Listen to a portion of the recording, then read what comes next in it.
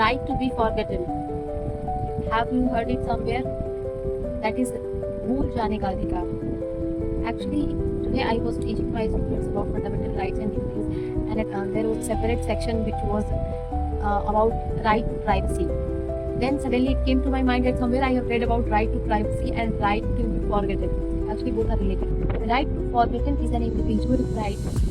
Says that every person has the right to request the removal of irrelevant, outdated, or any unnecessary information which is on digital platforms, which can directly or indirectly affect their dignity, privacy, or any kind of reputation they have. Basically ये हर एक individual की right है जिसमें कोई भी person ये demand कर सकता है कि उसकी कोई भी पुरानी गलत या फिर अननेसेसरी फोटोज जो लिंक के पहले से ही कोई भी digital platform like social medias या फिर यूट्यूब फेसबुक पर डली हुई हो उसको हटा दिया जाना चाहिए. भले ऐसे कोई इंसान की प्राइवेसी और रेपुटेशन को चाहे ना हो, but in this case it can still damage his or her privacy and reputation. So let us take an example. Suppose in past मैंने कुछ गलत काम किए होंगे एंड बिकॉज ऑफ दैट मेरा नाम हर जगह सोशल मीडिया फेसबुक हर जगह मेरा नाम का जिक्र होगा. So there can be two possibilities.